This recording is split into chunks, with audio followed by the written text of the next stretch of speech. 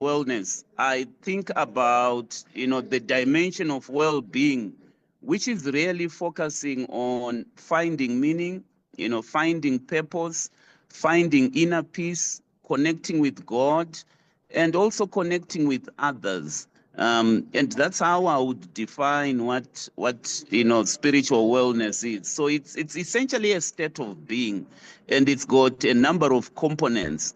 Those components which I have spoken about. The first component, which I think we should talk about, is a relationship with God. Obviously, I'm using God because you are a Christian, but other people would talk about, relationship or connection with a higher being. In my view, spiritual wellness starts with knowing and walking with God. That's what it means to me. You asked me, are they verses? I think there are many, many verses. The one scripture that comes to mind is, 3 John 2, where the Apostle John basically says, beloveds, above all, I desire or I wish that you may prosper and be in health, even as your soul prospers.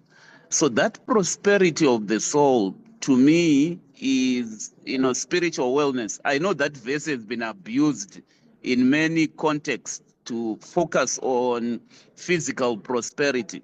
But spiritual wellness is a state of being that starts with knowing and walking with God. The second component is about living with purpose and with meaning. I'm sure, Tafadzo, you've met quite a lot of people who have lost meaning and purpose. And sometimes people commit suicide because they don't believe that their life is making an impact or their life is meaningful. In my mind, spiritual wellness means understanding your life purpose and living in a very intentional manner.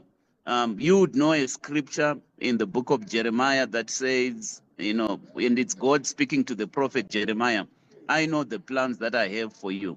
So if you are spiritually well, I think you've got clarity in terms of your purpose.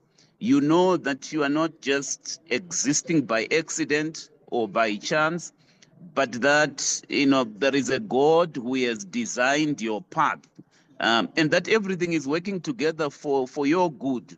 So if you can live life knowing that things are working together for your good and that you have been called according to God's purpose, I think, it's a